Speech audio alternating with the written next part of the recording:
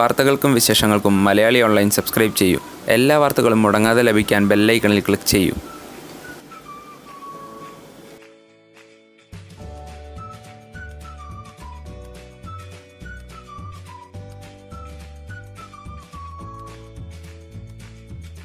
പെൺവേഷം കിട്ടി ഒത്തിരി മുൻനിര താരങ്ങൾ എത്തിയിട്ടുണ്ട്.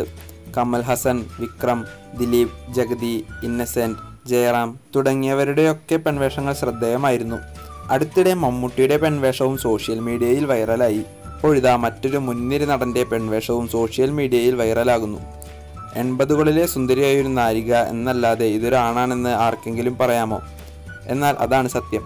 സാരിയും പൊട്ടും പൂവും വളയും ഇട്ട് സുന്ദരിയായി നിൽക്കുന്ന ഈ പെൺകുട്ടി 80കളിൽ കേരള യുവത്വത്തെ കയ്യിലെടുത്ത റഹ്മാനാണ്.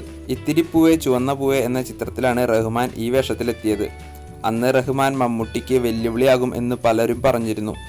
മമ്മൂട്ടിക്കും മോഹൻലാലിനുമൊപ്പം ഒത്തിരി ചിത്രങ്ങൾ ചെയ്ത റഹ്മാൻ പെട്ടെന്നാണ് ഫീൽഡ് ഔട്ടായത്. പിന്നീടൊരു തിരിച്ചുവരവിന് സമയമെടുത്തു. ഇപ്പോൾ വീണ്ടും തമിഴ്, മലയാളം സിനിമകളിൽ നിറസാന്നിധ്യമായി മാറുകയാണ് റഹ്മാൻ. വീഡിയോ ഇഷ്ടപ്പെട്ടെങ്കിൽ ലൈക്ക് ചെയ്യൂ. നിങ്ങളുടെ അഭിപ്രായവും നിർദ്ദേശങ്ങളും താഴെ കമൻറ്റ് ചെയ്യൂ.